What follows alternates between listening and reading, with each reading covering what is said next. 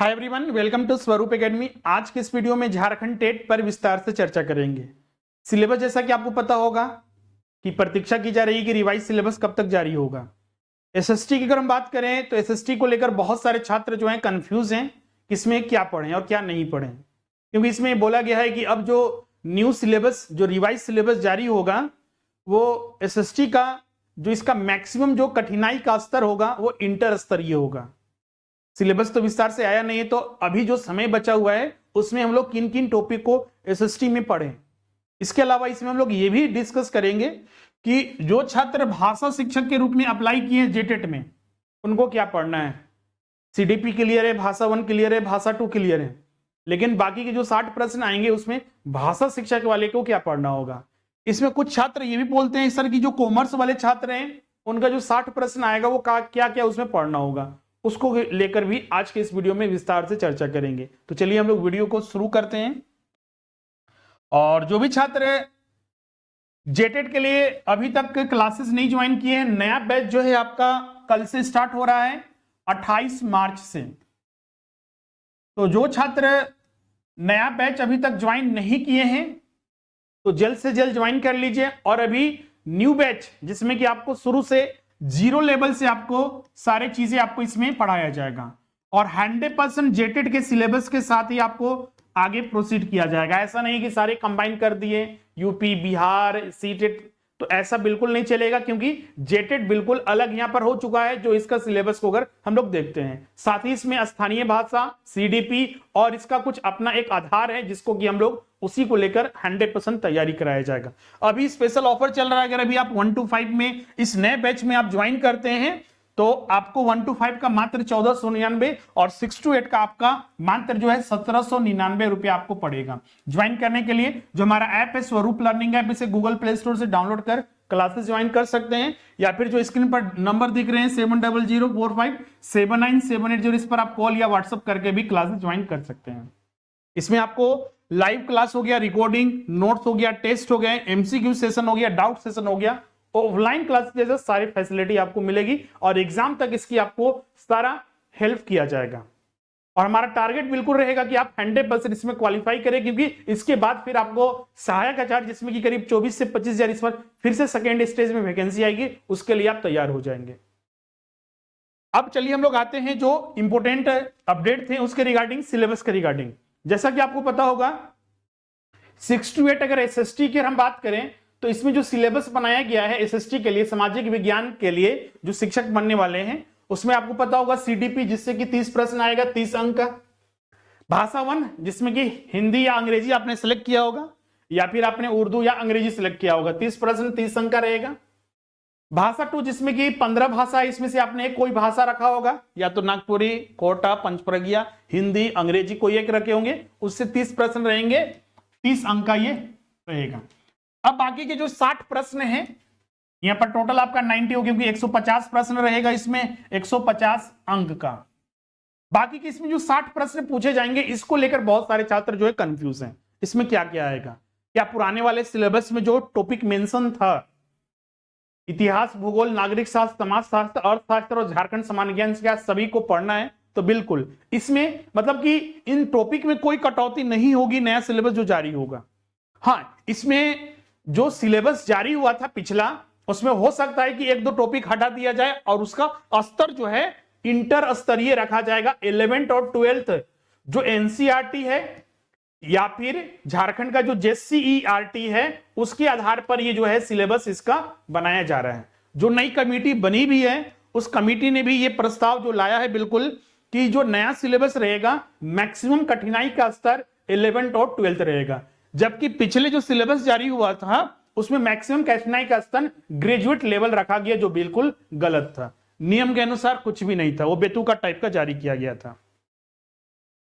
पिछला सिलेबस को अगर रेफरेंस के तौर पर रखें, बहुत सारे छात्र बोलते हैं सर कि पिछला जो सिलेबस हुआ है तो हम लोग उसको कैसे पढ़ेंगे, अभी तो नया सिलेबस नहीं आ रहा है, या फिर जो बचे हुए समय है और जो हमने तैयारी किया क्या हमारे लिए यूजफुल रहेगा। क्योंकि अभी तक देखिएगा तो नवंबर से इसके चर्चा चल रही है, अक्टूबर नवंबर से ही, तो जो हमने तैयारी किया इस बीच में मार्च तक, तो क्या हमारे लिए यूजफुल रहेगा? तो बिल्कुल।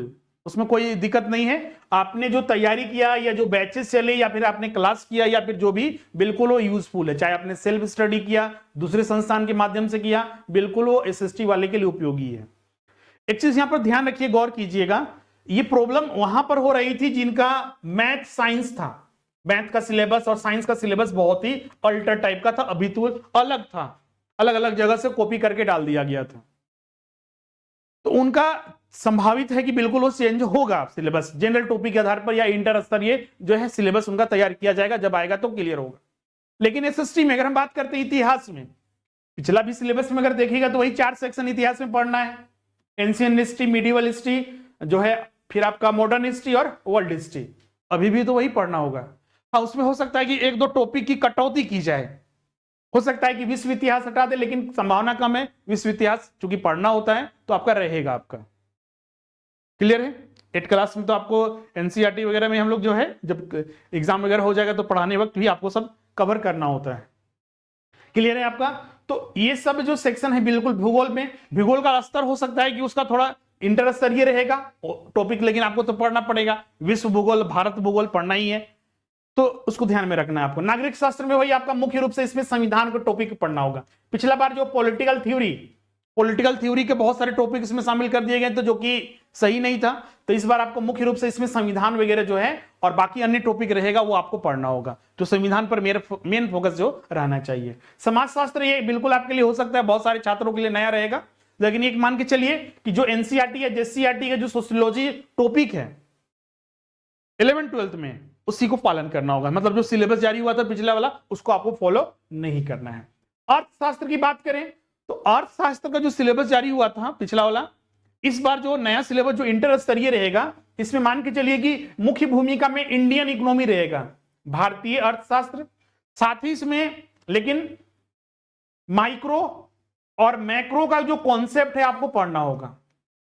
समष्टि और व्यष्टि अर्थशास्त्र का जो कॉन्सेप्ट है वो आपको पता होना चाहिए, क्लियर। जो कि आपका 11th-12th के स्तर पर जो एनसीईआरटी और जेसीईआरटी में जो हम लोग पढ़ते हैं वो कवर करना है। झारखंड जीके तो ये तो आपका कोई एनसीईआरटी और जेसीईआरटी फॉलो नहीं करना है। अगर झारखंड के बारे में आपको जानकारी है तो आप झारखंड के इतिहास, झारखंड का भूगोल, झारखंड की अर्थव्यवस्था, झारखंड के राजनीतिक व्यवस्था, इन सब के बारे में, झारखंड की पर्सनैलिटी हो गया वगैरह, जितने भी झारखंड जीके के टॉपिक्स आते हैं इसमें आपका कवर होगा। इसके लिए एक सिंपल बुक भी मार्केट में जो मिलता है, अगर उसे भी पढ़ लेते हैं तो हमारे लिए वो पर्याप्त रहता है। क्लासेस आप ज्वाइन कीजिएगा तो सभी को उसी के अनुरूप आपको पढ़ाया जाएगा, जिससे कि आपका एग्जाम में 100% जो है क्लियर हो।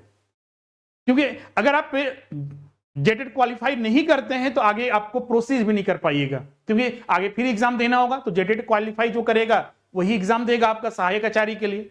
इस बार तो सीटेट वाले को भी मान्यता रद्द कर दिया गया है, सीटेट वाले को मान्यता मिलेगा भी नहीं, तो इसलिए जेटेड क्वालिफाई करना मैंडेटरी है, क्लियर है। क्योंकि आगे अगर आपको टीचर बनना है 1 to 5 या 6 to 8 लेवल पर जेटेड क्वालिफाई होना जरूरी है। तो इसलिए इसको अनुरूप ही हम लोग जो है सारी तैयारी करेंगे।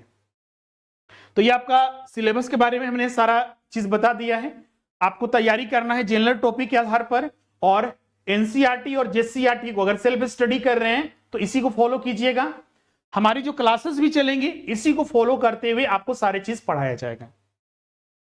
ये चीजें जो समिति बनी थी उन्होंने भी क्लियर कर दिया है कि जो आपको कठिनाई का स्तर रहेगा अब 11th-12th का स्तर का रहेगा, एग्जाम में जो प्रश्न पूछा जाएगा। यही आपको 1 2 3 4 5 6 टॉपिक जो है आपको विस्तार से आपको सारी चीजें पढ़नी है, और यही आपको सारा चीज आपको कवर कराया जाएगा। अब यहां पर जो छात्र का दूसरा, आज के जो सेशन का दूसरा टॉपिक था आपका कि भाषा शिक्षक वाले क्या पढ़ेंगे। भाषा शिक्षक का आपको पता होगा सीडीपी तो वही रहेगा, भाषा 1 वही रहेगा, भाषा 2 भी वही रहेगा। अब जो भाषा शिक्षक में अप्लाई किए हैं भाषा शिक्षक के लिए, तो उनको पता होगा कि भाषा शिक्षक में वहां पर 3 शिक्षक के लिए आप अप्लाई करते हैं। आप मैथ एंड साइंस शिक्षक के लिए, एसएसटी शिक्षक के लिए और भाषा शिक्षक के लिए। तो याद रखिएगा भाषा शिक्षक के लिए अलग सिलेबस नहीं बनाया गया।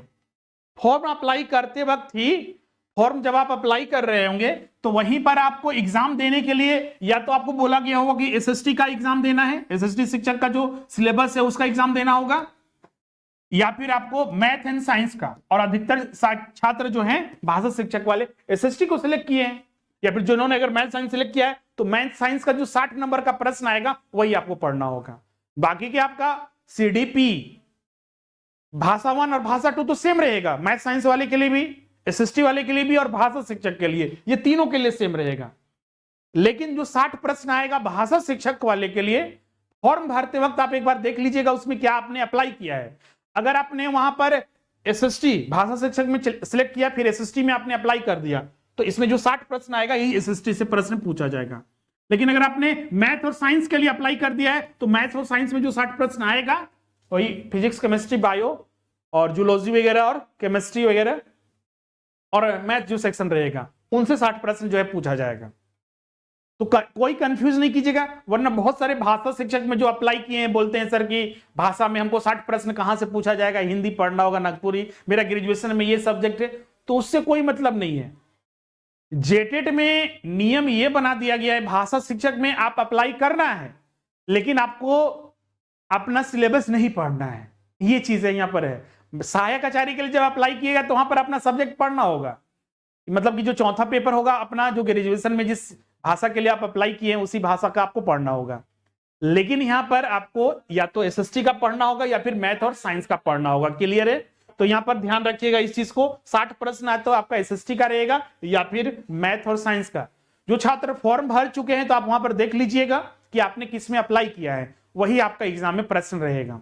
और जो छात्र इस बार फॉर्म भरेंगे, क्योंकि फिर से पोर्टल जो है रीओपन होने वाला है, तो इस चीज को ध्यान में रखिएगा कि आपको किस में अप्लाई करना है। अधिकतर छात्र जो है भाषा शिक्षक वाले वो एसएसटी के लिए ही एग्जाम देना पसंद करेंगे। क्लियर है? तो इसी में आप अप्लाई कर दीजिएगा फॉर्म भरते वक्त। तो ये चीजें क्लियर हो गई कि भाषा शिक्षक वाले को भी यही टॉपिक पढ़ना है अगर एसएसटी में फॉर्म भरते वक्त एसएसटी आपने सेलेक्ट कर लिया है तो। अब दूसरा यहां पर तीसरा जो टॉपिक है आज का वो है आपका कि जो कॉमर्स के छात्र हैं, कॉमर्स के छात्र क्या पढ़े, सेम एसएसटी। कॉमर्स के छात्र जिन्होंने बीकॉम किया है, जिन्होंने बीबीए किया था, या फिर कोई अलग ह्यूमैनिटी या फिर कोई अलग जो बिजनेस स्टडीज या फिर कोई अलग कोर्सेज कॉमर्स से रिलेटेड किया है ग्रेजुएशन में और आपने फॉर्म भरा, प्लस आपका बीएडी होगा, तो फॉर्म भरे होंगे तो आपको क्या, किस टीचर के लिए अप्लाई करना है? आपने एसएसटी टीचर के लिए अप्लाई किया है, तो एसएसटी टीचर के लिए जो सिलेबस है वही आपको पढ़ना है। तो अंतर कहां पर आएगा? जब मेंस दीजिएगा, जब सहायक आचार्य के लिए एग्जाम दीजिएगा तो वहां पर आपको इकोनॉमिक्स, बीएसटी और कॉमर्स पढ़ना होता है। लेकिन यहां पर आपको जो एसएससी शिक्षक के लिए जो सिलेबस है, चाहे वो सीडीपी का हो, भाषा 1 का हो, भाषा 2 का हो, या फिर 60 जो प्रश्न पूछा जाएगा बाकी का, वो एसएसटी जो शिक्षक के लिए जो सिलेबस है वही आप पर अप्लाई होगा। यहां पर कोई अलग आपको कॉमर्स, बिजनेस स्टडीज या फिर अन्य टॉपिक नहीं पढ़ना है। तो कॉमर्स वाले छात्र के लिए भी यही सारे सब्जेक्ट आपको पढ़ना है। आप यहां पर देख सकते हैं जो 60 प्रश्न आएगा, यहां पर कोई आपको एसएसटी और कोई अलग इकोनॉमिक्स या फिर कॉमर्स वगैरह नहीं पढ़ना है। लेकिन यही अगर आप मेंस के लिए अगर इसको क्वालिफाई कर लेते हैं, मेंस देते हैं, तो वहां पर आपको एक अलग सब्जेक्ट भी कॉमर्स और इकोनॉमिक्स जो है आपका शामिल हो जाता है। तो ये 3 महत्वपूर्ण टॉपिक थे आपका। सबसे पहले आपका नया सिलेबस क्या होगा, तो हमने पहला आपको बता दिया है कि आपका इंटर स्तरीय रहेगा, इंटर स्तर का रहेगा। जेसीईआरटी जो है और एनसीईआरटी जो है आपको फॉलो करना है। क्लियर है? 11th एंड 12th का बस जो आपका सिलेबस में है आपका विस्तार से अगर नहीं भी आता है, अगर हिस्ट्री है तो हिस्ट्री में वही आपका प्राचीन भारत, मध्यकालीन भारत, आधुनिक भारत और विश्व इतिहास आपको पढ़ना है।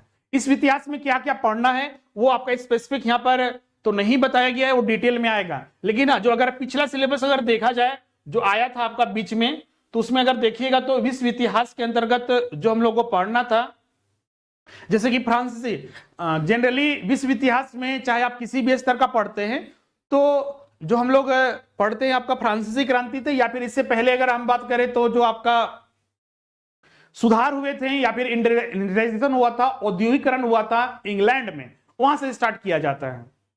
तो उन सभी फ्रांसीसी क्रांति से इसे पिछला बार यहां पर दिया हुआ था, मान के चलिए कि आपको यहीं से कवर करना है। फ्रांसीसी क्रांति, नेपोलियन बोनापार्ट, मैट्रिक युग हो गया आपका, फिर जर्मनी एवं इटली का एकीकरण, प्रथम विश्व युद्ध, पेरिस की संधि, राष्ट्रसंघ और द्वितीय विश्व युद्ध और संयुक्त राष्ट्र संघ की स्थापना होना। ये टॉपिक आपको इसमें पढ़ना है। क्लियर है? अब बाकी का आपका जियोग्राफी में जो ये टॉपिक दिया हुआ है, हो सकता है कि इसमें बदलाव किया जाए, तो वही वर्ल्ड जियोग्राफी और जो आपका जो इंडियन जियोग्राफी है, झारखंड के भी शामिल तो होगा ही आपका।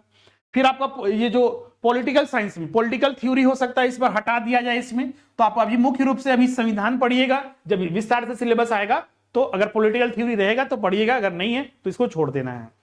फिर उसके बाद अगर हम बात करें तो इकोनॉमिक्स में, तो इकोनॉमिक्स में आपका मेन टॉपिक रहेगा आपका इंडियन इकोनॉमी। इंडियन इकोनॉमी के अलावा इसमें हो सकता है कि जो माइक्रो और मैक्रो इकोनॉमिक्स के कुछ टॉपिक्स है जो इसको शामिल किया जाए, बेसिक्स, ये सब हो सकता है कि इसको हटा दिया जाएगा। अगर लेकिन देखा जाए एनसीईआरटी या फिर जेसीईआरटी, उसमें माइक्रो और मैक्रो डिटेल में पढ़ना है क्लास 12th में, और क्लास 11th में आपका इंडियन इकोनॉमी पर जो है टॉपिक पढ़ना होता है, तो हो सकता है कि आपको उसको पढ़ना पड़े। इसके अलावा आपका सोशियोलॉजी, लेकिन हमको उसको सबको कवर, अभी इंडियन इकोनॉमी फोकस कीजिएगा, उसके बाद माइक्रो और मैक्रो, वही आधार पर हम लोग जो कल से 28 तारीख से जो बैच स्टार्ट हो रहा है उसी आधार पर लेके हम लोग चल रहे हैं। सोशियोलॉजी में आपका, इसमें सोशियोलॉजी में आपका तो एनसीईआरटी फॉलो करना है, जेसीईआरटी, तो आपको उसका बेसिक कॉन्सेप्ट समाजशास्त्र का डिफिनेशंस वगैरह जो है आपका सोशियोलॉजी, हाँ इसमें से कुछ टॉपिक्स हो सकता है कि हटा दिया जाए, लेकिन हाँ 11th-12th को आपको पालन करना है। और झारखंड जीके वगैरह में तो आपको वही आपका झारखंड का इतिहास, नागरिक शास्त्र वगैरह और अन्य टॉपिक को कवर करना है। तो ये सारे 3-4 इंपोर्टेंट अपडेट थे। पहला आपका रिवाइज सिलेबस, आपको एसएसटी में क्या पढ़ना है, दूसरा आपका भाषा शिक्षक के लिए क्या पढ़ना है, भाषा 1 भाषा 2 में और सीडीपी में, तो सबका कॉमन रहेगा और 60 प्रश्न आएगा। तो आपने अप्लाई किस में किया है इसको देख लीजिएगा फॉर्म में, एसएसटी में अप्लाई किए हैं तो एसएसटी वाले जो सिलेबस है सब वही पढ़ना होगा, आपको अलग से भाषा 60 प्रश्न का नहीं पढ़ना है। अगर मैथ साइंस में अप्लाई किए तो मैथ साइंस वाले जो 60 प्रश्न है वो आएगा आपका। कॉमर्स छात्र के लिए एसएसटी टीचर के लिए आपने अप्लाई किया है, हाँ जब मेंस दीजिएगा तो वहां पर सहायक आचार्य के लिए अलग आ जाएगा, अकाउंटिंग, इकोनॉमिक्स और आपका एक और सब्जेक्ट रहेगा आपका बीएसटी, वही सिर्फ पढ़ना होता है। अभी आपको पीटी में, जेटेट में आपको एसएसटी का जो सिलेबस है 150 प्रश्न वाला, वही आपका एग्जाम में आएगा। तो ये सारे अपडेट थे जो हमने यहां पर चर्चा कर लिया है। मैथ साइंस के छात्रों को जो प्रॉब्लम हो रहा है वो प्रॉब्लम ये हो रहा है कि जो सिलेबस पहले वाला या फिर जनरल सिलेबस होता है वो अलग होता है। तो आप मान के चलिए कि आपका यहां पर 11th एंड 12th का रहेगा, तो इसी में आपको सारी चीजें पढ़नी होगी। भाषा शिक्षक वाले के लिए हमने यहां पर सारा चीज बता दिया है। 1 to 5 में तो ये आपका सब जनरल टॉपिक रहेगा और इसका मैट्रिक स्तर लेवल रहेगा, मैट्रिक स्तर जो है इसका लेवल रहेगा, तो इसको ध्यान में रखिएगा। क्लियर है? मैट्रिक स्तर का आपका लेवल रहेगा, इस पर भी अलग से हम एक वीडियो बनाकर अपडेट आपको करेंगे। तो इस तरह से सारा हमने डिस्कशन कर लिया है। और लास्ट में जो भी छात्र बैच अभी तक नहीं ज्वाइन किए हैं, 28 मार्च से नया बैच बिल्कुल ऑफलाइन क्लास जैसा। बहुत सारे छात्र बोलते हैं सर कि कैसे डाउट पूछ पाएंगे, ऑफलाइन क्लास नहीं रहेगा। तो हमारे ऐप में ये फैसिलिटी रहती है, उस पर आप एक क्लिक कीजिएगा, जितने भी छात्र हैं आप अपने अलग अलग डाउट जो है पूछ सकते हैं इंडिविजुअली। टीचर से आपको एक क्लिक पर आपको बात हो जाएगा। ऐप में ही फैसिलिटी, कॉल वगैरह कहीं लगाने की जरूरत नहीं है। मैसेज का भी फैसिलिटी है और कॉलिंग फैसिलिटी भी हमारे ऐप में आपको मिलेगा। ज्वाइन करने के लिए 7004579780 पर आप कॉल या व्हाट्सअप कर दीजिए, वहां पर डिटेल भेज दिया जाएगा, पेमेंट कर दीजिए, क्लास स्टार्ट हो जाएगा। या फिर आप डायरेक्ट ऐप से भी क्लासेस ज्वाइन कर सकते हैं। तो प्रतीक्षा नहीं कीजिए क्योंकि इसका भी एग्जाम जल्द से जल्द होने वाला है और अगले स्टेज के लिए आपको तैयार भी रहना है, सहायक आचार्य के लिए, जिसमें कि करीब 25 से 26 हजार वैकेंसी दूसरे स्टेज में आने वाली है। इसके अलावा झारखंड हाई स्कूल टीचर के लिए भी बैचेस जो है आपका प्रारंभ जो है 28 तारीख से ही हो रहा है। तो जो छात्र झारखंड हाई स्कूल टीचर के लिए बिल्कुल नए फ्रेश बैचेस में ज्वाइन करना चाहते हैं, इसमें अभी जो नया बैच स्टार्ट हो रहा है आपका जनरल पेपर का, पेपर 1 हो गया, commerce, economics, history and civics, geography, Hindi literature, mathematics and physics, bio and chemistry and home science. इसके अलावा 2 और नए सब्जेक्ट हम लोग स्टार्ट कर रहे हैं जो हमने पहले भी अनाउंस किया था, फिजिकल एजुकेशन और एक आपका इंग्लिश लिटरेचर। इसमें सभी आपको अलग अलग टीचर आपको बेहतर जो सिलेबस है 100% पालन करते हुए सारी चीज आपको पढ़ाया जाएगा। अभी इसमें ज्वाइन करते हैं तो पेपर 1 और पेपर 2 या फिर सिर्फ पेपर 2 ज्वाइन करते हैं तो 1500 रुपया तक आपको इसमें लेस हो जाएगा न्यू बैचेस में। क्लियर है? तो जल्द से जल्द ज्वाइन कर लीजिए। इसके अलावा अन्य क्लासेस आपका बीओ के लिए भी 75% तक इसमें आपको डिस्काउंट है। इसमें भी आपको नए बैचेस जो है यहाँ पर स्टार्ट होने वाला है नेक्स्ट वीक से। इसके अलावा सहायक आचार्य, असिस्टेंट प्रोफेसर के लिए भी नया बैचेस आपको यहाँ पर 100% मिलेगा। तो जो छात्र नहीं ज्वाइन किए हैं जल्द से जल्द ज्वाइन कीजिए और अपनी तैयारी को नई दिशा दीजिए और इस बार 100% जो है आपका सिलेक्शन लेना है। तो मिलते हैं अब नेक्स्ट सेशन में। आज के लिए बस इतना ही। Thank you everyone.